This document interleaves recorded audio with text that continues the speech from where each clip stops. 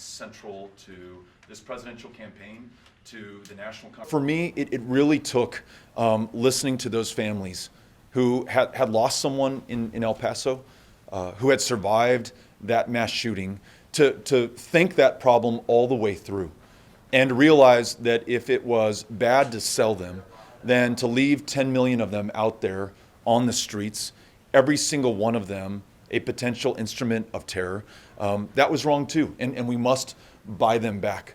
So that's, you asked about my path to come to this conclusion. Since you made those comments in the debate about taking back 4,700 AR-15s, that more... I used to be almost proud of the fact that I could have this conversation with people who had AR-15s at our town halls in Texas when I was running for Senate, and just kind of, said, well, that's Texas, and they're responsible gun owners, and there's nothing to fear.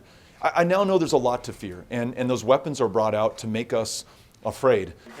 About our ability to address gun violence is because of the leadership that was in that room today that is making it possible. What Pete has been saying is that a mandatory buyback is the shiny object that is distracting us. How in the world can you say that to March for Our Lives? How can you say that to survivors of mass shootings across this country? How can you say that to the majority of Hispanics in America, certainly in Texas, who fear that they will be the victims of a mass shooting inspired by racism and hatred that's been welcomed into the open by this president and has been armed with weapons of war?